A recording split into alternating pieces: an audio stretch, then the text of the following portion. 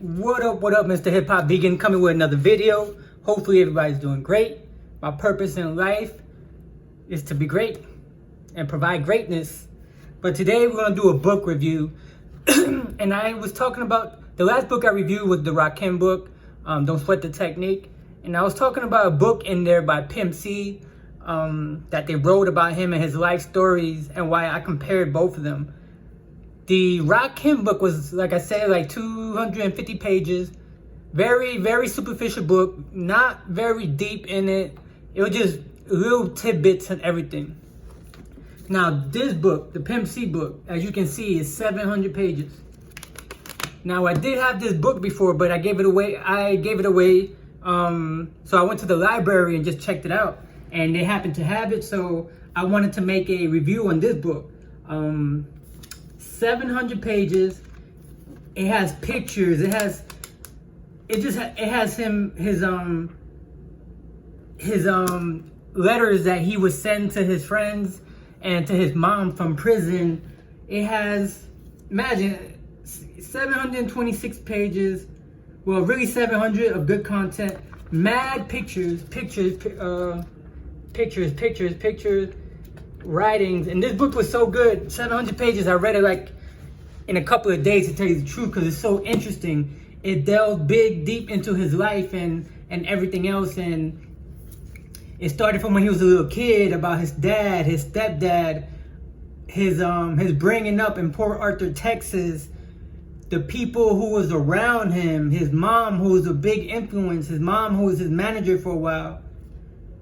It goes in debt to Bun B. It goes in debt to most of the rappers in Texas. Also, you know, they got things about Prince. That book I'm gonna do a review on is the J Prince. I'm sorry about that, J Prince. His book is dope, and I'm probably get it from the library also and do the review on it, because I also read that book. However, this book goes into full detail on his life.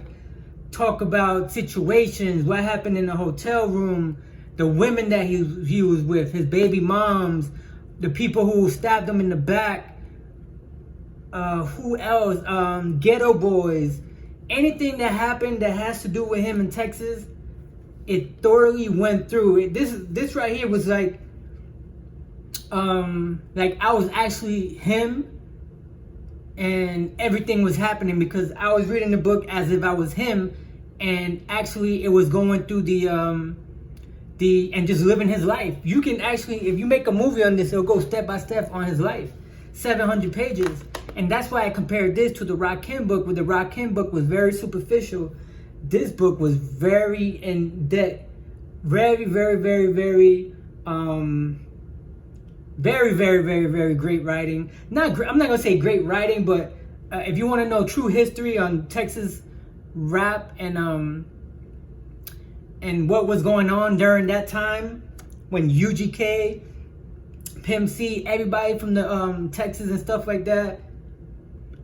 Who else they were talking about? They talking about, you know, people who died.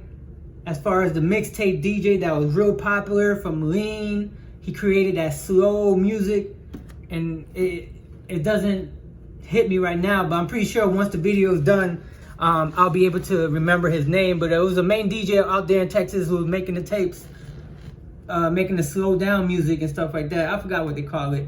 Whoever's watching my video, you can put it in the comments so everybody else, but you know what I'm talking about.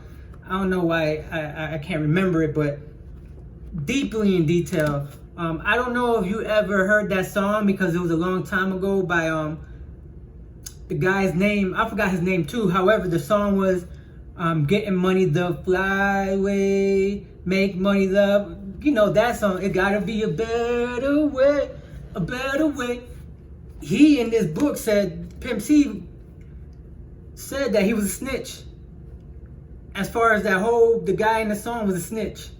And he has proof on it in this book, he has proof of people snitching. They got proof of the people who tried to bring down Scarface, the rapper from the Ghetto Boys. They got people who was trying to bring them down. What I dislike about this book is the way that I don't know if it's true or not, how they put him and Bun B like towards the end, how they were like against each other and stuff like that. But that's a whole different story. I think for regular people like us, when it comes to a situation like that, it's now our business to even talk about their relationship, because they've been together from the beginning. And I'm pretty sure everybody grew apart. When you're together for so long, you grow apart, you go to your own separate ways. They were saying, Bun B was more of a business person, and Pimp C was more of a music person. As far as all he wanted to do is music, he didn't even care about getting paid, but he did get paid and stuff like that. What else? This book talks about everything when he was in prison. It talks about the interview that he had talking about the homosexuals in the music industry, everything. This book, if you want to, you have to. If you're into hip hop like I am, and you want to go real deep into it, this book right here, Pimp C, how he had beef with Master P, how he had beef from basically everybody. He didn't give a fuck. David Banner, him and David Banner was cool. He liked David Banner. It was so many people in this book. If you read it, and it also coincides with history of Atlanta history, but more of Texas history, because he did move to Atlanta. But you gotta read this book. From 1 to 5, I would give this book a 4.5. The reason why 4.5, it delves in deep into his life story. And if you like learning about hip hop and what they were doing other than rapping and shows and stuff like that, you gotta read this book. Weet Jone, Pimp C's Trill Lifestyle or Life Story.